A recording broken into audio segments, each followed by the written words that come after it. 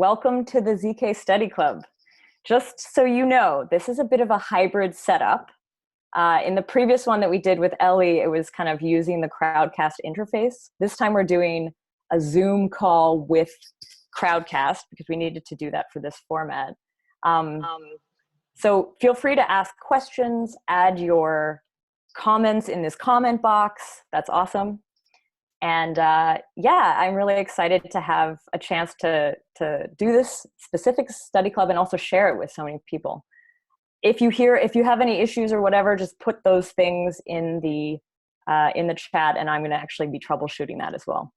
So I want to welcome Vitalik and Dankrad and Justin from the Ethereum Foundation, and here they're going to be talking about polynomial commitments to replace state roots. Vitalik, do you want to take it away? Sure. So I guess I'll start off with just a quick introduction to what polynomial commitments are, just because they are this kind of very powerful new technology that's gotten a lot of interest and hype, especially over the last 6 months or so. And polynomial commitments have been used in Snarks. They've been used very successfully in Flonk, for example, but they can also be used as a tool in a whole bunch of other protocols. So basically a polynomial commitment is a special kind of hash of a polynomial. So it's a kind of very compact way of representing this thing that contains a huge amount of information. So a polynomial, if it has some very high degree, might have a huge number of coefficients, and you kind of hash it and represent it in one constant size thing, where this hash has some extra properties. And the main extra property that you have is this ability to make opening proofs, right? So given the commitment to a polynomial and the polynomial, and given any value z that you want to make an opening at, the prover can provide an opening proof that proves that that polynomial evaluated at that coordinate z actually gives whatever number a that it actually gives, right? And so if the prover sends along this commitments to P, and then the prover sends along this opening Q, and to the verifier, then the verifier can take the commitment and the opening, and the verifier can verify that the polynomial evaluated at that position Z actually does equal to A. So you can use polynomial commitments as an alternative to a Merkle tree. So given a bunch of data, so given, say, n pieces of data, you can create a degree of less than n polynomial that represents n pieces of data. And the way that you do that is basically you just kind of encoded in the coordinates, right? So P evaluated at 0 would be the 0th piece of data, P evaluated at 1 would be the first piece of data, P evaluated at 2 would be the second piece of data, and so forth, right? And using like Lagrange interpolation or whatever, we actually can just say, like, give me a polynomial that evaluates to these values at these points. And then you can just use openings instead of Merkle branches, right? So basically, you kind of hash together all of this data, d0 to dn, with into this polynomial commitment. And then if you want to reveal any one of those particular d's, then you can just use an opening proof at that particular coordinate, and it basically does the same thing that a Merkle tree does, right? So polynomial commitments can do the same thing as Merkle trees, but what else can we do, right? Why do we care about them? And we'll see in a couple of slides, right? So before we start, just kind of quickly go through a couple of polynomial commitment schemes. So the two most developed ones, the first are Kate commitments, which are based on elliptic curves, and the second is Fry, which is based on hashes. And so the way that Kate commitments with elliptic curves work is basically that you make this trusted setup where you have some secret number s, and you basically just provide a whole bunch of powers of s multiplied by the generator, right? And you provide one power of s multiplied by g2. So you provide the generator g, then g times s squared, and so on and so forth. And the way that you encode a polynomial is basically you just take the the encoding, and or you take these individual coefficients, and you would basically take the kind of the 0-degree coefficient multiplied by g, take the 1-degree coefficient, multiply it by g times s, take the degree 2 coefficient, multiply it by the degree 2 coefficient of the polynomial, and so forth.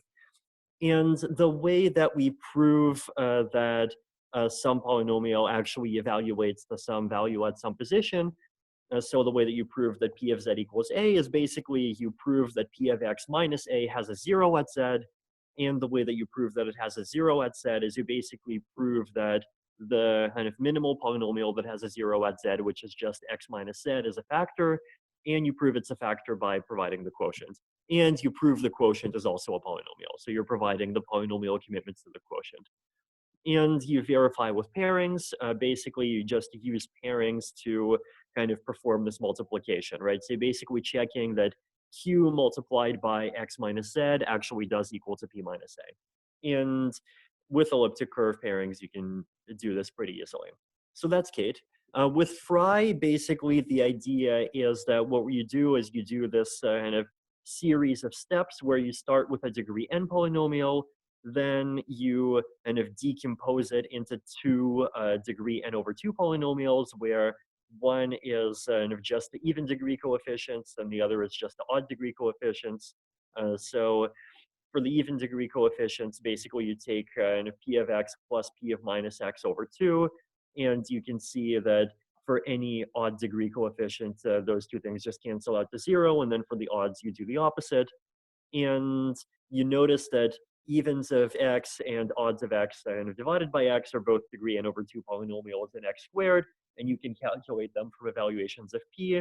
And then we kind of generate a random value. We combine the two, make a linear combination of them. And the way that you kind of prove equivalence is basically you kind of commit to all of these polynomials by providing Merkle roots of them. And then you just do a whole bunch of random checks from the Merkle tree to prove that these, and if each step is equivalence to the next step at most positions, right? So that's kind of as accurate as I can get in terms of describing Fry within half a slide, but basically you just keep on kind of proving this sort of equivalence between p of x, which has degree n, and then p prime of x, which has degree n over 2, and you keep repeating until you get to degree 1 or some really low degree where you can check directly. And if all of the checks pass, then the thing you had originally is a polynomial, and then the way you open it is you can just do the same thing that you do in Kate commitments, except instead of checking with pairings, you would check by, once again, kind of opening at a bunch of random positions. So that's kind of quick introduction to polynomial commitments. So now next up, what are we doing this for, right? What's the point? So the Ethereum state tree, this is the state that contains all of the accounts, all of the contract code, all of the storage keys, all of that information, something like 50 gigabytes, and it's growing. There's somewhere around 300 million entries, I think much more than 300 million at this point. And we can model the Ethereum state as basically being a key value map, right? So you can think of it as kind of mapping a field element, so mapping a number mod p to another field element, another number mod p.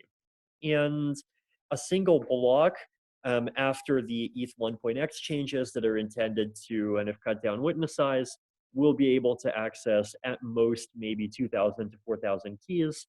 Currently, it can access about 50,000. So basically what we're doing here is if we can think of the Ethereum state as this key value map, and in any block that accesses a bunch of these keys, we just want to provide proofs that show that the values at those keys actually are correct. Right? And so far, we've done this with Merkle trees. So this is the state tree. But what we want to do is we want to get rid of all of the really long Merkle branches, and so we want to try to do this with polynomial commitments. So basically, here's what we're trying to shoot for, right? So what we want to have is a witness, so kind of a proof that would become part of each block that contains all of the keys and all of the values that get read. So we're not going to try to make a kind of O of one size proof of the validity for the entire block or anything like that yet. We're just making a proof that the witness is correct. So we would still kind of publish in the clear what all of the keys are, so what all of the addresses, what all of the contract storage keys are, and we would also publish what all of the values are, so the things that are actually at those positions in the state. And instead of being something like 1,000 bytes per access, this goes down to basically being 64 bytes, which is just 32 bytes for the key, 32 bytes for the value. And chances are with simple compression, you can push it down to maybe even something like 6 to 15 bytes, right? Basically, the reason for that is that half the things in storage that you would access are going to be like slots that are right beside each other. So you have k plus 1, k plus 2, k plus 3. You can compress that trivially. And the values themselves, a lot of the time, might be 32-bit integers. They might be counters. They might be even bits, true or false. They might even values you can fit into 64 bits. So basically, we could go down from something like 1,000 bytes per key that have to be published to maybe, on average, like 10 bytes per key that would actually have to be published. So the way that we can think about this is that in every block we have this kind of read witness which is an actual witness that it encodes kind of what keys and what values have been read, and we can provide some polynomial commitment proof that they're correct. And you have a write witness, which is basically, so when you execute the block, it generates a record of what things are supposed to be updated and what are the new values that it's supposed to be updated to. And so our goal here is basically to encode the state using polynomial commitments instead of Merkle trees. And what we want to do is we want to do two things, right? The first thing we want to do is we want to be able to efficiently prove many reads. So unlike in the case with Merkle trees, where if you want to prove a whole bunch of values, you have to provide a separate Merkle branch for each one.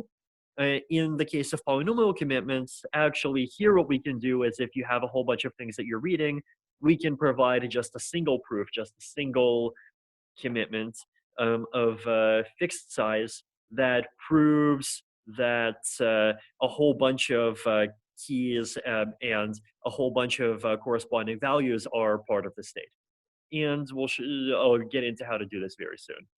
And the second goal is to prove what I call a map merging argument, which is basically updating the state, right? So given a state S and some set of writes W that you want to make, basically you provide S prime, which is a commitment to the new state, and you prove that S prime actually is S and the old state updated with W, you're right? And the keys are just going to be the union. So if a key was in the old state, it's in the new state. If a key was in the writes, it's also in the new state. And the value is basically, if a key is in the writes, then the new state would have a record with that key that's equal to the thing that you wrote. And if it's not in the writes, then you just copy over the old state. So what we want is we want to have some kind of very compact proof that proves to you that the new state actually is the correct updating of the old state. Right? And just kind of reminding you for context, the thing that the verifier has, so the thing that clients have, is generally going to be for the state just a commitment, so a polynomial commitment to the state. And S prime is also going to be a polynomial commitment. W is not going to be part of the data at all because it's just generated by the block. And the keys and values that get read are just available as a list. And so that's kind of the information that we're working with. So first ingredients, right? This is starting to get into serious math. So this is a multi-opening proof. So suppose you have a polynomial and you want to prove a whole bunch of evaluations at the same time, right? So you want to prove that P of Zi equals Ai for a whole bunch of Zs and for a whole bunch of As. You can do this with only one commitment, right? So here's what we do. So first of all, we can generate a polynomial that we'll call the interpolant. I see a question. Why today the key is 1,000 bytes? I think the question, it's not the key that's 1,000. Oh, it's the Merkle branch for the key that's 1,000 bytes, right? So the state has something like a few hundred million elements, and so it's going to be a tree that has depth something like 25, and so you just need a whole bunch of hashes going all the way down to the element. Like literally today, it's actually even worse. It's like 4,000 bytes because we're using a very suboptimal tree structure. But even if we use the best possible binary tree, it only goes down to 1,000. No, so back to multi-openings. So we generate, so you don't need to actually ever kind of encode this, kind of the prover and the verifier can both generate this polynomial called the interpolant, which is just the minimal polynomial that has the property that I of Zi equals Ai for every Zi and for every Ai. So it's kind of the lowest degree polynomial that passes through all of these coordinates, right? So if you wanted to prove that P of 5 equals 42 and P of 10 equals 100, then I of X would be the polynomial that passes through 42 at 5 and passes through 100 at 10, which would be basically minus 16 plus 11.6x, I think, right? So if it's 2 points, it's a line, and if it's 3 points, it's a parabola, and so forth. But you can generate this very easily. Then Z of X is kind of the zero polynomial, so it's the simplest polynomial that evaluates the zero at all of the x's or all of the zi's that you care about. So if we're doing 5 and 10, then it would be x minus 5 times x minus 10. And then our strategy is going to be that we prove P of Zi equals Ai for all i's by proving that P minus I of Zi for every Zi equals 0. And so you should be able to see, right, that because if P of Zi equals Ai, then by construction, I of Zi equals Ai because like that's how we created I. And so P minus I of Zi is going to be Ai minus Ai, which is 0, right? And so now we've reduced the problem to a simpler problem, which is proving that P minus I is a multiple of Z. So it's a multiple of like x minus 5 times x minus 10 or whatever things we want to open. And we do this by basically just providing the quotient, right? So we just provide P minus I divided by Z. And this Q thing is the only thing that actually has to be provided by the prover. And then, and then after you commit to Q, then you basically randomly select the point. And if you randomly select a point in a large field, then with very high probability, P minus I divided by Z at that point is only going to equal Q if those whole polynomials actually satisfy that equation. So that's basically how you just do a multi-opening, right? So that's how you make a whole bunch of reads.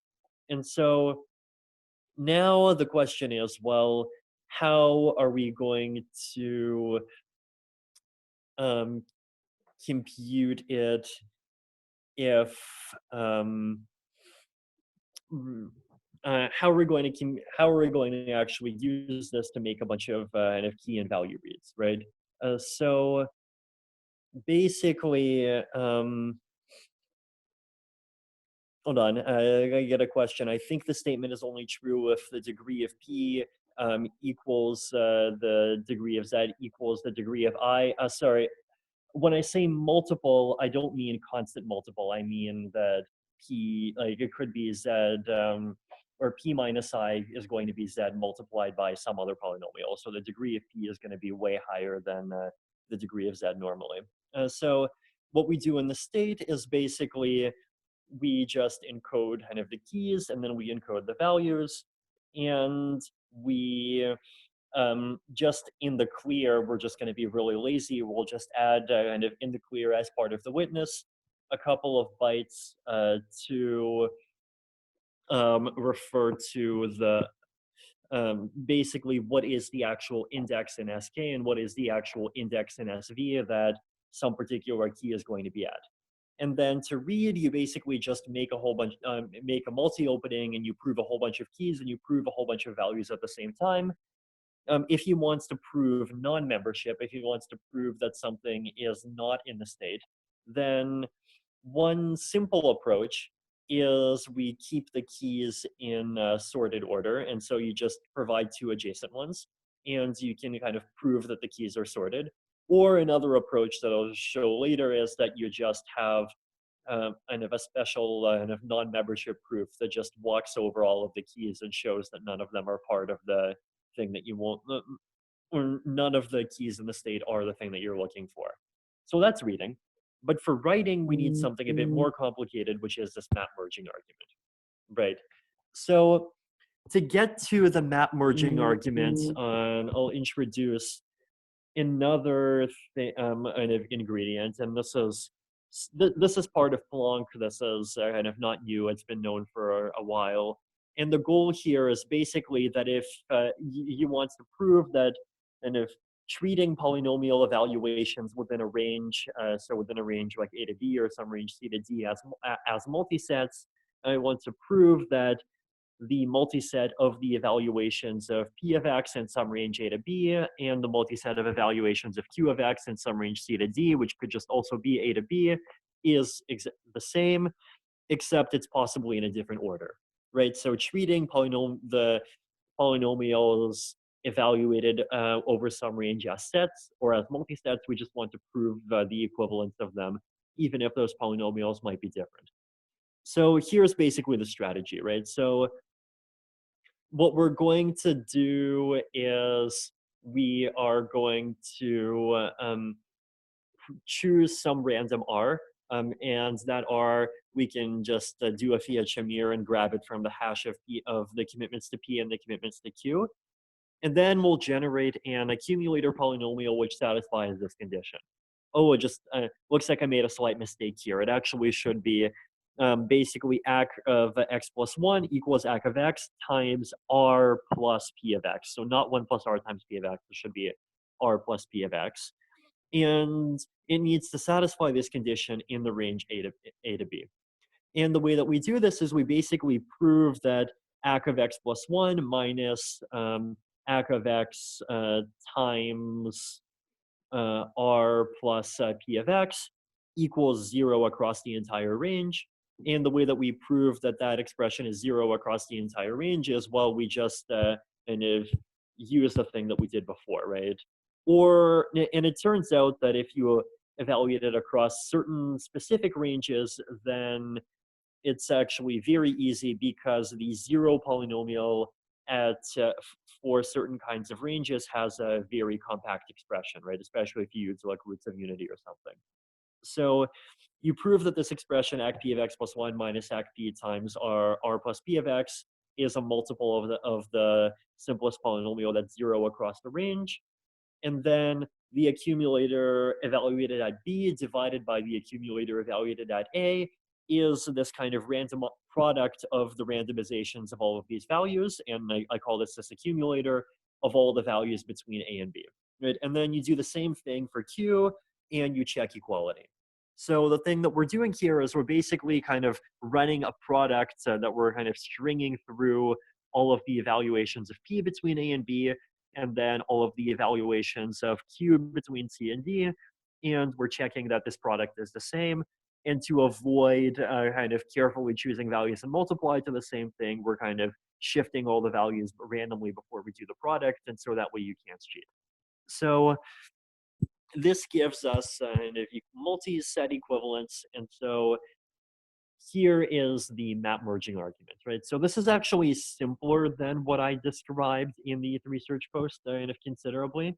So the way that you get simplicity is just through a bit more laziness. So for every write, we're gonna do two things, right? So first of all, we're gonna include every write into the reads, so everything that gets written gets read. And so that way, for everything that's written, we know whether it's part of S or whether it's not part of S.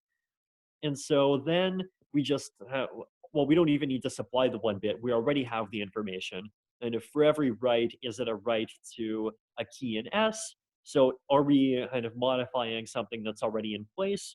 or are we adding something completely new to the state? And so what we'll do is we'll basically kind of separate the right witness into two sets. So we have NK and NV, which is kind of the new writes, and then we have UK and UV, which are updates. So new writes, I mean, kind of creating new entries in the state, and we include those in the reads. We verify them, and we don't need a special proof to verify them. The verifier of the block can just do that client side, and then we'll also kind of on the verifier side, we generate this polynomial kind of OV, which is basically a list that contains the old values at all positions that get updated, right? So if you have some update that corresponds to some key in the state, then O at the same position as the update is going to be kind of the old value. And so what the goal that we're going to do is we're going to basically prove that as multisets, so we don't care about order yet, that S prime equals to S, and then subtract out the old keys and the old values, and then we add in the updates and the updated values, and then we add in the new keys and the new values. Now, you can do this with a multiset equivalence argument, but you need two new tricks, right? So the one new trick is basically that we're not doing kind of equivalence between two ranges. We're doing equivalence between a range and a collection of ranges, some of which we're adding and some we're subtracting. And that's actually fairly easy, right? Because basically all you do then is you just kind of do this this accumulator polynomial for each one of them individually, and then you kind of multiply together all the results on the right side. Well, you divide out the old ones that you're removing, and then you can clearly just see that, well, basically, well, the left thing is going to contain the same elements as the right thing, and the second thing that we do is we just generate a linear combination so that we can do these arguments of kind of through kind of SK and SV, or through the keys and values as combinations, and so we can kind of force the permutations to be the same. So that's the map merging argument. If people have questions, feel free to kind of continue asking, and I'll be happy to answer. I'll probably just kind of stick to this slide for a few seconds and pause. Also, Vitalik, do you want to check the chat in Zoom itself? Because I saw that there was a little bit going on there. Yeah, hold on. Oh, okay. Yes, I saw. No, Justin is answering from Georgios, or no, Alin Tomesco used a random point. Why not use the pairing to verify this? Another important thing there is that I mean, you could theoretically solve this problem if you just add more powers of G2 to the trusted setup, but the way that the existing trusted setup for Plonk is done, you only have one power of G2, and so unfortunately, we can only use pairings to check kind of one power directly. And yeah, I guess that's kind of a lame reason, because you can just make a new trusted setup, but if you want to work with what exists, then you don't want to be checking kind of more than degree 1 multiplications and using the elliptic curve pairings directly. Just a reminder to everybody, there's this ask a question. Those who are watching on Crowdcast, there's an ask a question box. If you wanted to add something in there for later, or just add those questions in the side, because I think Vitalik, you're keeping an eye on it, eh? I can see that. Yeah. Perfect. Cool. Yeah. Okay. So I'll probably start talking about the sorting argument then. So basically, for the sorting argument, here what we're doing is you want to prove that some set of keys is in sorted order. And the reason why we want to prove that the set of keys is in sorted order is so that if you want to prove non-membership, then you can do that by just kind of providing the two adjacent keys and showing that it's in the middle, kind of in the clear. And the sorting argument is based on kind of Aztec's new batched ranged proof, but basically the idea here is that to prove that the list is sorted, we're going to construct a new polynomial, kind of diff of x, and where diff of x equals c of x plus 1 minus c of x. So it's kind of differences between adjacent evaluations. Oh, by the way, in case any pedantic people are listening to this, in this presentation, I generally kind of talk about ranges as being kind of +1, -1, and kind of ranges going from A to B or 0 to K. Kind of in any actual implementation, you're going to be using kind of powers of roots of unity. And so to go to the next one, you would multiply. But just for kind of simplicity of exposition, I'm pretending we don't do that and we just add. So diff of x actually -1, right? So what we're going to, the reason why we do the -1 is because we don't just want to prove sorted order, we want to also prove non-duplication. I mean, technically we don't have to do this, and it's a totally free kind of extra check that we can do. And so the way that doing diff of x -1 proves non-duplication is because if the difference is 0, then the difference of x -1 is going to be -1, and then you're not going to be able to make a range proof for -1. So we get uniqueness too. So for any two adjacent values, you get diff of x to -1, which is just this polynomial containing differences. And then what we're going to do is we're going to express those differences in base to the 16.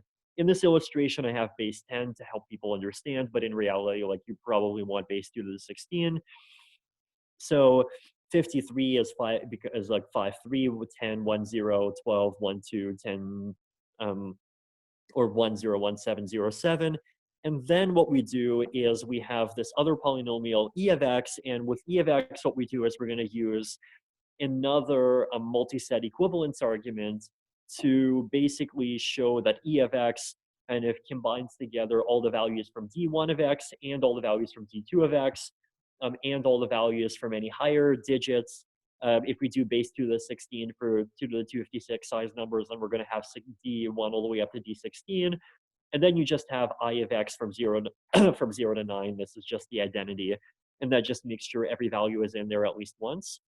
And then what we're going to do is we're going to just prove that in e of x, every time you step up by 1, you're either increasing by 1 or you're keeping it the same. And so that's just kind of e of x plus 1 minus e of x is always within 0 or 1. So that polynomial, we just proved that like that thing minus 1 minus that thing equals 0 across the range, which we know how to do. And then you show that you do an opening to show that it's 0 at the beginning, and then it's the base minus 1 at the end. And so you show that all of the values are kind of sandwiched between the two. And so now we can prove that these numbers are sorted with maybe something like a few dozen constraints per number, because you still have to express it in a medium-sized space. Or maybe you don't, right? So, yes? Oh, sorry to interrupt you there. I didn't realize you were about to make a really good point. I'm really sorry about that. I was actually, I think, is your phone vibrating? I don't think so. And well, I'm holding it in my hands just to make sure that people can hear it better. There is this something else. If anyone's not muted, can you hear me now? Well, you sound great. Okay. Cool. Sorry to interrupt you there. Keep going. Okay. Yay. Cool. So that's the sorting arguments. Okay. Well, thanks for the pause. Now, if people have sorting argument questions, they can ask them. So alternative to the sorting arguments, basically we can get rid of the sorting complexity by just making a plain old proof of a kind of multi-non-membership. And basically we prove that some polynomial does not evaluate to any of a whole bunch of numbers for x that's within some particular range. And the way that we do this is basically we just have an accumulator that kind of walks across the entire range. It starts at 1, and it satisfies this expression that the accumulator at x plus 1 equals the accumulator at x times x minus k1 times x minus k2, blah, blah, times x minus kn. So basically, if at any point x is any one of those values, the accumulator goes to 0, and then it's stuck at 0. And basically, we just verify at the end that the accumulator is not 0. Now, this does kind of bring up a feasibility question, because like n is potentially going to go up to a few thousand. And so you might ask, well, is the accumulator going to be crazy degree? And fortunately, the answer is no. Basically, because like this actual check, right? So the accumulator might have a degree of like, well, we'll say 100 million, and then the check itself. So we have a degree 100 million equals degree 100 million times a polynomial, which is just a degree of a few thousand.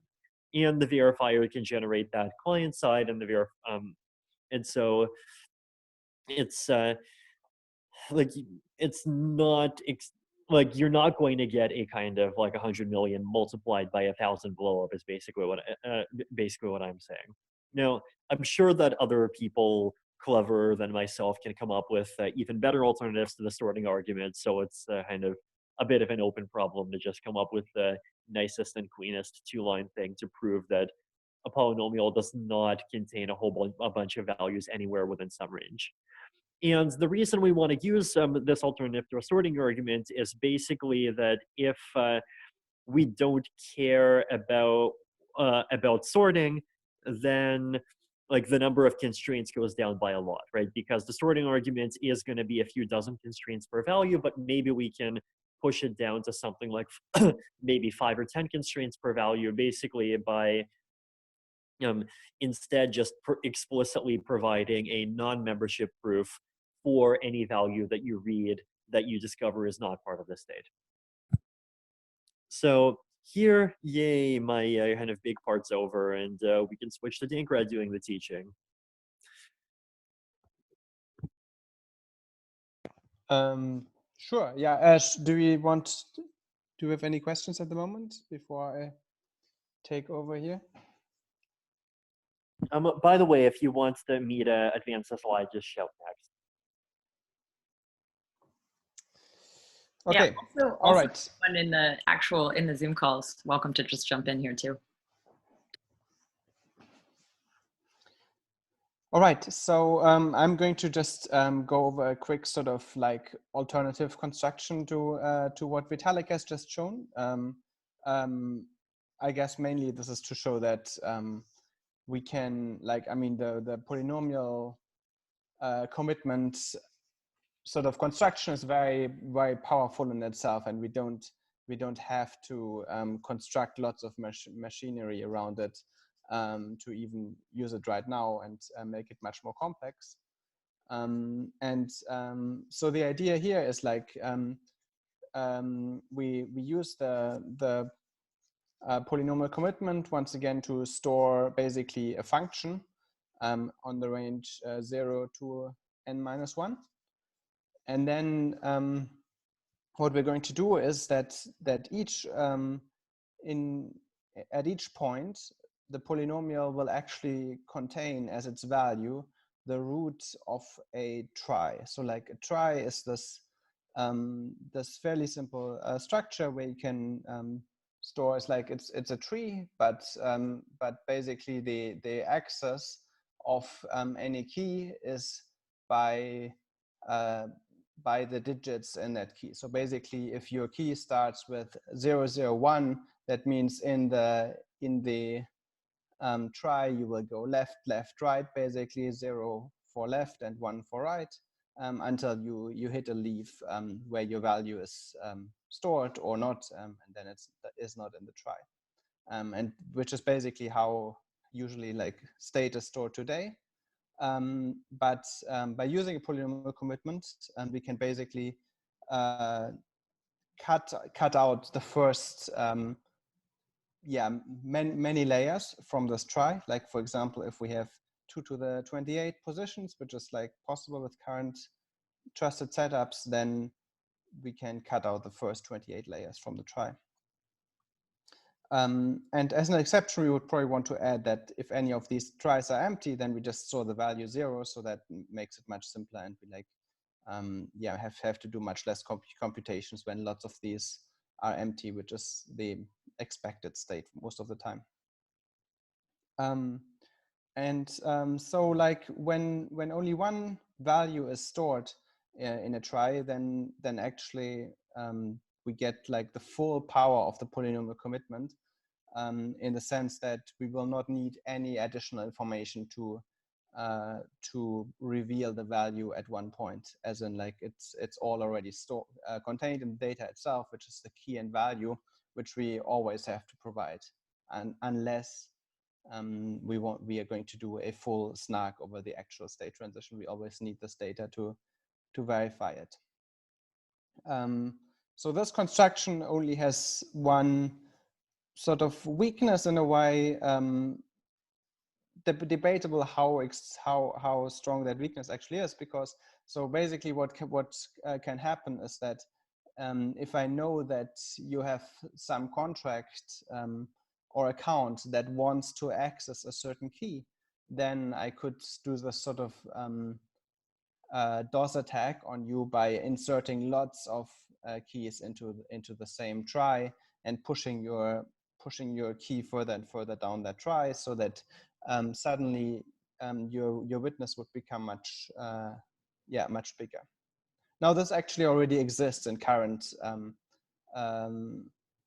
structures. It's only kind of, this makes it much more apparent because usually the witness is almost nothing. Basically, there's only this one group element for the whole of the data, and suddenly for these keys it would become much larger. So that's kind of, I mean, I guess you could say it's kind of annoying because yeah, the overhead over the sort of other accounts becomes much larger. Vitalik, could you change to the next slide? Thanks. So we can actually also do something against that, which is yeah, kind of nice.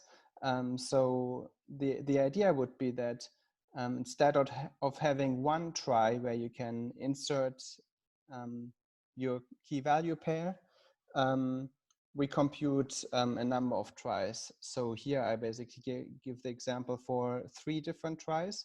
So basically you compute the hash of the key and 1 modulo n, and do the same 2 with 2 and 3. And so you get 3 possible values, like points of the polynomial where you could insert your key.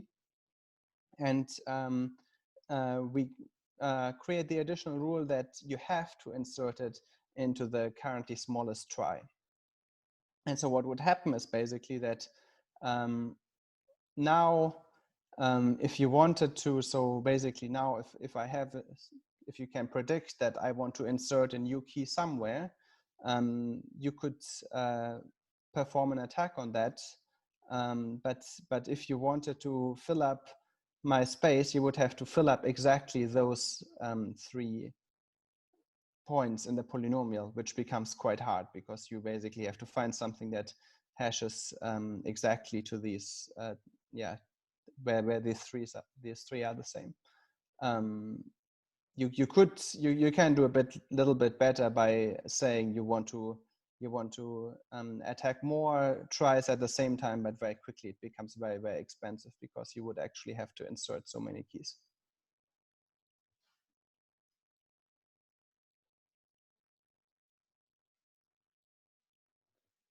Yeah, so that's basically a sort of very simple and a construction that's based on the current on the current setup already, and basically mainly you would say it cuts out sort of like a large number of layers from the current Merkle tree based structures. Dankrad, do you happen to have numbers on how much it would take, how much computational power it would take to break the scheme if you put very small maximums on the number of keys in a try? So like if you say a try can have maximum size 3 or something, is I have an instinct that it might go exponentially high even oh, but 3 would be tiny. Why would you limit it to 3? Right. I mean, even 1,000 is fine, right? I mean, that's still only like 10. I suppose. I guess I'm just trying to like avoid having Merkle branches. Yeah. Yes, but but I think like, I mean, this only would only happen in an attack scenario, right? So like without an attack, you expect these to be extremely empty in the normal case. Yes. Yeah, and the other reason why I would be nice to have it be really small is that if instead of doing a try, you can just kind of use sequential positions to represent values, then it might be possible to still kind of keep everything within polynomial commitment lands and then make kind of a single proof for everything. Mm-hmm. So you can do that. So you could do, like, in hash maps, there's this alternative approach where instead of storing like lists at every position, you hash again, or you hash the key, comma, like something like here, and you jump until you find an empty space. But the problem is that this performs very poorly once the hash map becomes a bit fuller. Right. Like, this kind of scheme has terrible performance when the hash maps becomes much more than 50% full, I think. So yeah, I guess it depends on kind of how full you envision the hash map being. Like, is it 50%? Is it 5%? Is it something else? Yeah, I guess an interesting extension would be, like, how easy is it to split the hash map? We could think about that. Like, if you could easily go from 1 to 2 polynomial once the first one becomes more than 50% full, then maybe that would be an interesting approach.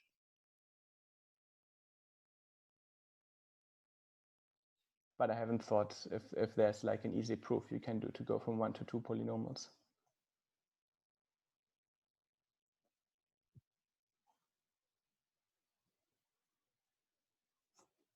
Yep. Do you want to go on, Vitalik?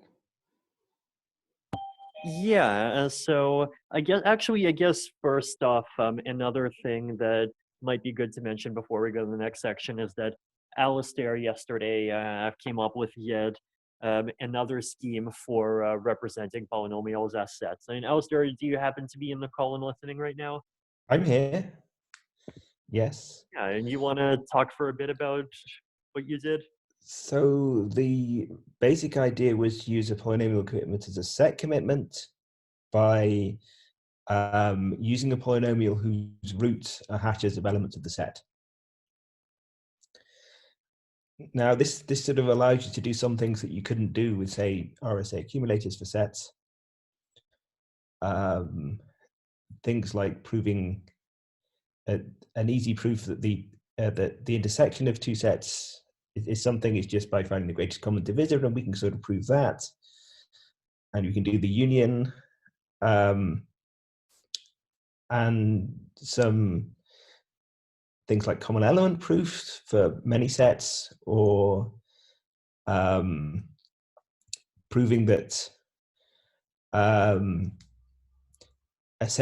multiset has no duplicate elements. That sort of, which you can do by proving the greatest common divisor between something and its derivative is 1. And I'm not entirely sure that I have a plan for how to do this things like state using this, but it's going to be useful for some things. It seems like you should be able to just do the kind of the same map merging formula that I did, right? Like the SKSV S prime equals S minus a U, UO plus U plus N. But, you can think about this more.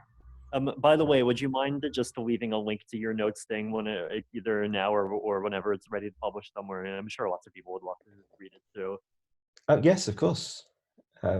Still need some editing, but I will try. Yeah. So bigger picture. So basically, all of these are kind of polynomial commitment ways to store the state and kind of read from the state, prove that the state was updated with some set of values, and do work with the state.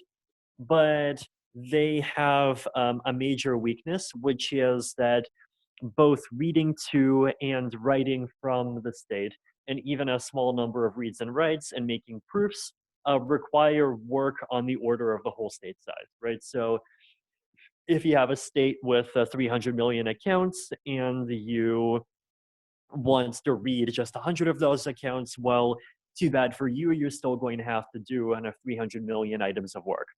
This is not true in a Merkle tree. In a Merkle tree, you would only have to do 100 times log 300 million. Actually, 100 times the log of 300 million over 100, so log of 3 million. So, and if with Merkle trees, you only need to do a bit of work to make proofs for reading or writing a bit of the state. But here, what we're doing is, well, with polynomial commitments, you do need kind of a huge amount of work to make even small reads and small updates. Can we avoid this? So if we want to focus a bit on writes, this is the cache structure that I proposed in the research post. So basically, the idea here is that you have kind of multiple layers of caching. So you have C1 and then C2 and then S, which is the full state. And if we use my scheme, then for each of these caches, you would have a polynomial for the keys and a polynomial for the values. So you'd have C1k, C1v, C2k, C2v, Sk, Sv. If we use Dankrad's scheme or some other scheme, then it could be different. But the idea is you have these multiple caches, and kind of the way you discover the real state is that the lower levels of caches take precedence, and you kind of walk through the caches until you find something that contains the key you're looking for, right? So if I want to access key 42, then I would first have to read C1. And if it is in C1, then I'm done and I get the value of 42 in C1. If 42 is not in C1, then I would read C2. And 42 is not in C1 or it's not in C2, then I would read 42 of S. And if it's in none of these, then, so if it's not in C1, C2, or S, then I would just return 0. So then C1 would be a medium-sized thing. So instead of being 300 million accounts, it might be, say, 1 million or even like 100,000 accounts. And C1 gets updated every block. Then every day, what we're going to do is we're going to take C1, we're going to kind of move it up to C2, and then restart the C1, so make the C1 0 again. And then what you now do is you have an entire day during which some node can make a much more bigger calculation where it basically takes C2 and it introduces it into and kind of updates S, right? So S is really big. It's going to be 50 gigabytes, hundreds of millions of entries. But fortunately, you have an entire 24 hours to perform this computation, and so it's not that risky at all, right? So basically, that's how you do writes. So you basically just have this kind of series of caches, and then you have smaller ones that get updated frequently and bigger ones that get updated less frequently, and you'll let those proofs for updating the bigger ones just get constructed in the background. So this is one approach. There are also kind of other approaches potentially. Now, we can also talk about reads. Now, reads, in this case, are kind of ironically enough harder than writes. The reason is that unlike writes, where you can just say that if C1 is smaller, but you write to it every block, and then S is bigger, but you only write to it every day, reads from every level and proofs of reads from every level need to be made in every block, right? And so you need all layers to be efficient, right? If I access some piece of data and that piece of data is not in C1 or C2, it's in S, then, well, I still have to come up with a witness for it, and those witnesses still need to be aggregated, even though S is like 50 gigabytes. Now, there are solutions for this, and there's different approaches for Kate commitments and for Fry. So in the case of Kate commitments, we basically use what Justin calls the Chinese remainder theorem technique. Basically, you can show that there is always a way to take a fixed linear combination of a set of the individual witnesses for particular points. So if you want to prove for like 5 and 10, then you would take the witness for 5 and the witness for 10, make a linear combination for them, and that generates, it turns out, a valid witness for 5 and 10 based on the linear combination formula. And then Justin also has a somewhat different format for kind of storing values and making proofs. And then I don't know, Justin, if he wants to kind of pop in and talk about it briefly, or make a link, or both. Sure. Yeah, I mean, I'm happy to add a link. I think Dankrad made a partial write-up of the idea, but I think the idea here is, well, even for this Chinese remainder thing, is like to make use of pre-computation. So, you know, generally when you want to build these proofs, you need to do order n work, but you don't want, so kind of the way out here is that you do the, you know, order n work up front, and then you have to store all these opening proofs, which, you know, does come with overhead, potentially gigabytes of overhead. But then when you're asked to build these proofs, you know, the runtime is more like O of k, where k is the number of elements that you want to build a proof for. And, you know, if you're working with, you know, with a nice basis like the Lagrange basis, then yeah, the math kind of turns out to work out nicely. Mm-hmm. Yeah. So basically, right, you just pre-generate the individual witnesses for every point that you might want to access, and then if you want to make a single witness for any subset of points, then you just use this algorithm to combine the individual witnesses for every element in that subset into a single one. So, and then, so that's for Kate, right? And Kate commitments, because they are elliptic curve points, they have this nice mathematical property that you can just like add and subtract them and multiply them by constants and make linear combinations.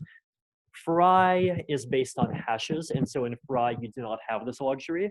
But in Fry we can do another thing, which is basically, instead of doing a one-dimensional Fry to store the state, we can do a two-dimensional Fry, or possibly an even bigger Fry.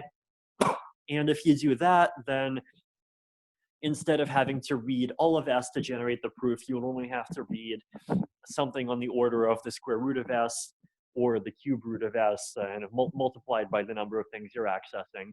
So it's still a number of reads that's fairly manageable. So in both cases, there is a solution, though I'd say challenges are basically that like, developing these schemes is all fairly new, and we're still hungry for the possibility of even better ones. So are there better map merging arguments? Are there better ways to represent the state? Can we make reads cheap, including making reads from big states cheap, in potentially even just in a way that's not dependent on the specific polynomial commitments, because that would just make life a lot easier for us. Can we make writes cheap in a way that's not dependent on polynomial commitment details? Can we make writes cheap in a way that doesn't require this kind of cache structure? So basically just, are there ways of representing the state and of representing proofs from the state that have kind of better properties, especially in terms of prover efficiency, than what we see so far?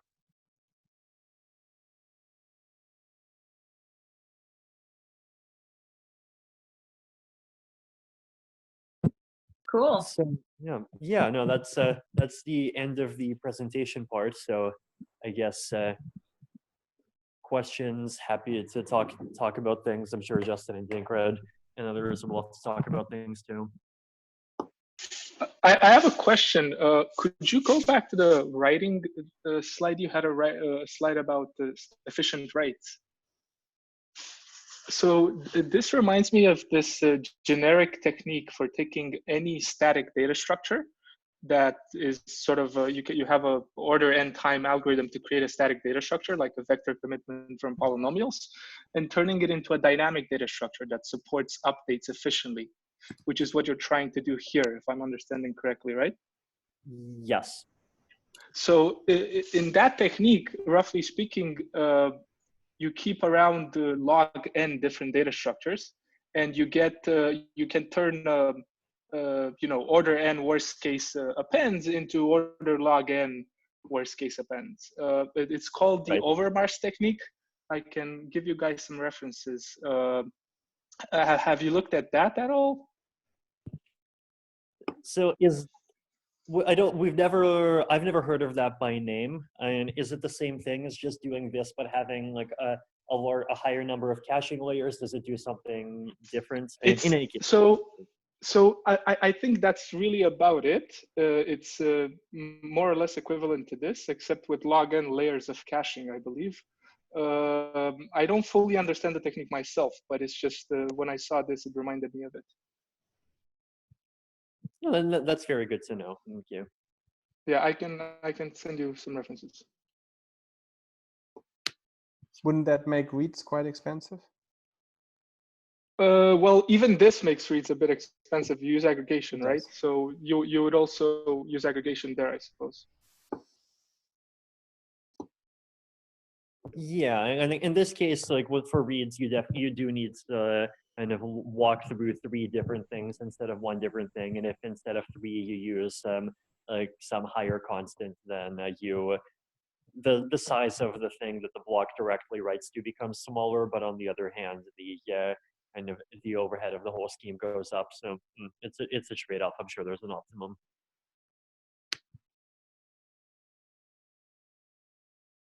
I wonder, are there any other questions or comments? I know it might take a while for the audience to actually get that message, but if there's anyone else here. Alin, you mentioned in the Zoom chat bilinear accumulators. I never heard of those. Can you expand on that? Yes, so this is a line of work started in 2005 by Nguyen. It's called bilinear accumulators, and it's representing a set as a polynomial with roots at that set elements. So there's a few papers that extend this work, including intersection, subset, disjointness proofs. I can give you guys some references. It's really just polynomial commitments, except the polynomial being committed to is as described by Alistair. It has roots at all of the set elements.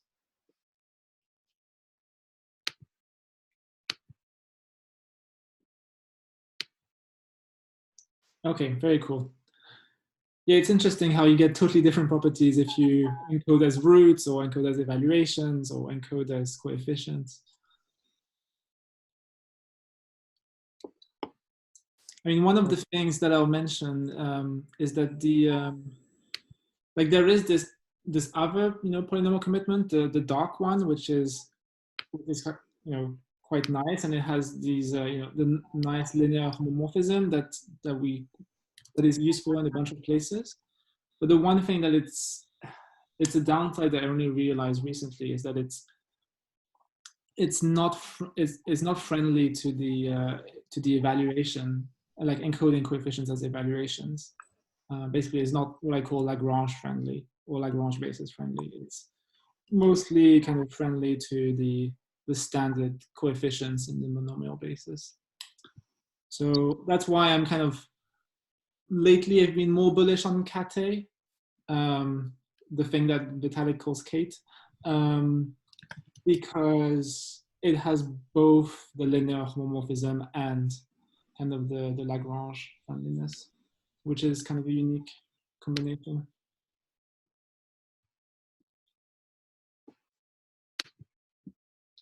Cool.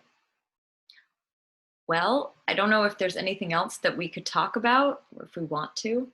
I just shared a couple links in the chat that were shared in here. I think I'll definitely go through any other chats happening and try to compile what I can.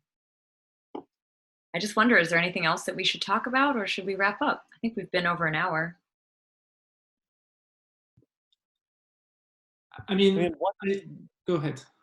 Sorry, one thing I wanted to bring up that might be the thing that you wanted to bring up, I don't know, is that there is also this possibility of kind of just taking this brute force approach and doing polynomial and doing a snark over hashes instead of using polynomial commitments directly, which on the one hand has much higher prover time, but on the other hand doesn't or has nice doesn't have any of these kind of reading and writing inefficiency issues.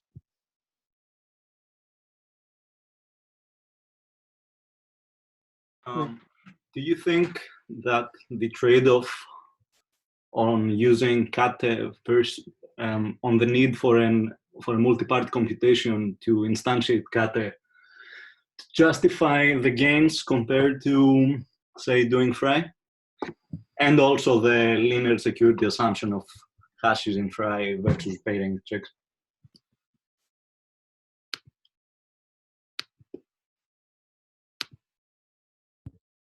I don't know. I feel like the whole trusted setup thing is always kind of more a matter of personal ideology than math, and it has been since the beginning. So, to each his own.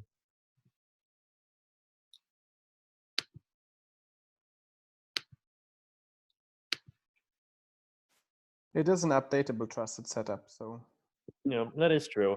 And one thing I will say is that kind of one of the reasons why I had that line in the slide about wanting mechanisms that are not polynomial commitment dependent is that if we do something that uses Kate or Kate or however you want to pronounce it, then we want to be able to upgrade to something based on Fry or whatever else when quantum computers come along.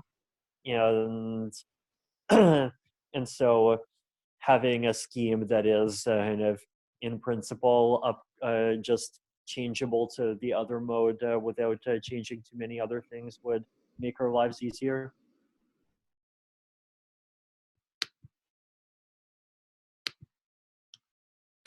So what kind of a scale can you get for generating these trusted setup parameters? You said you could go up to 100 million? Oh, so this is a very good question. So far, the largest trusted setups that we've successfully done have gone up to either 100 million or like 300 million. And I think if we want to have like really many participants, then I think going far above 100 million is likely a bad idea. What number of participants did you have in the 100 and 300 million case? So in the 100 case, it was something like 200 participants. In the 300 million case, well, I think it's still ongoing. I was participant number 24 about a week ago. But like, for example, in the 100 million case, and without G2 powers, one thing that I was able to do is make an alternate implementation in Python using PyECC and then participate with that. But I did the calculations, and for the bigger one that would have been impractical, and so I just went with the implementation they already had. So that was a bit of a kind of slight loss of security from going up there.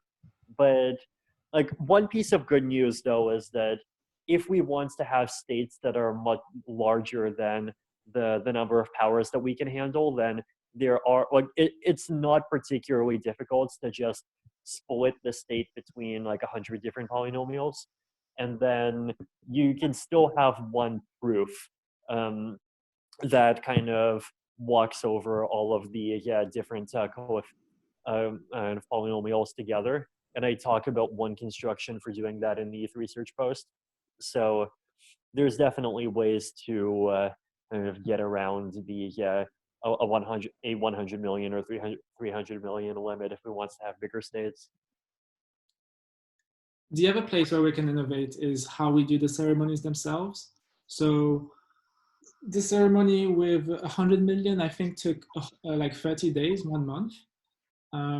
And so, if we want to get to the thousands of participants as opposed to the hundreds, one technique is to basically avoid having the participants participate sequentially one by one.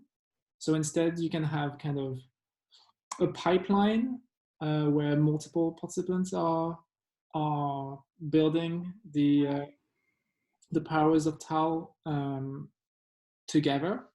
And like, my kind of rough intuition / back of the envelope is that you can get a 10x improvement there, either in terms of the number of participants or maybe to a slightly smaller extent, the size of the powers of tau. So the idea here is that you basically have multiple participants participate at the same time. There's going to be some dependencies there, whereby if one of the participants kind of goes offline or misbehaves, then you're going to have to trash some work. But that's okay, because you can always just restart at a given point. And I think we might be able to even not do the trashing, right? So what if you have a scheme where every participant provides their powers of S kind of based on the previous participants' values, but then also based on the original just G times powers of S by itself.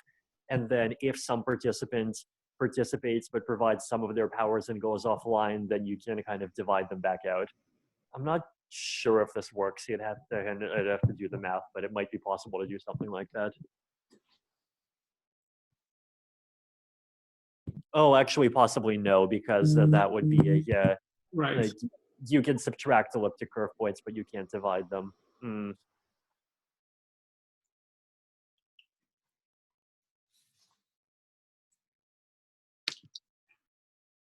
And one thing I'm curious about is, as I understand, Alin, you've actually worked on this for your PhD thesis, and there's some exciting Sure. stuff that you published recently in blog posts. Sure. Do you want to talk about that? Well, we have a new vector commitment scheme where you have QSDH public parameters. You can commit to a vector of upper bound size q, and you can compute all proofs for this vector in time n log n. Well, q log q, I guess, where q is the size of the vector. We use roots of unity, and the high-level idea is we evaluate the polynomial that represents the vector using a multi-point evaluation, and we commit to this multi-point evaluation, which has the form of a tree. Now, our proofs are logarithmic size rather than constant size, but they're pretty fast to compute.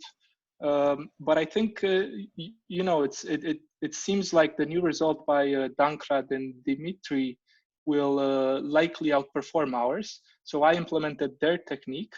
It seems to be slower in terms of proof computation time, but the proofs are smaller. But I'm hopeful that their technique can be sped up, and my implementation is just a first attempt at it. So far their technique is seems to be up to 4 times slower in my implementation. This is on BN254 curves. Yeah.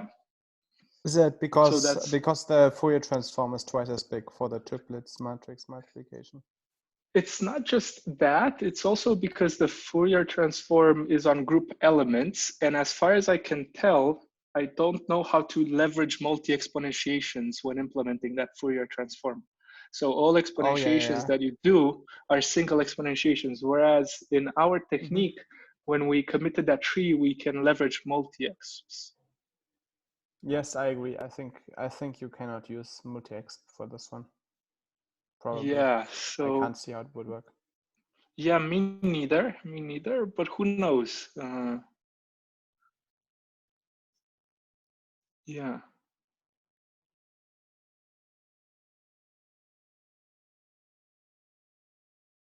So I think we're going to wrap this up now.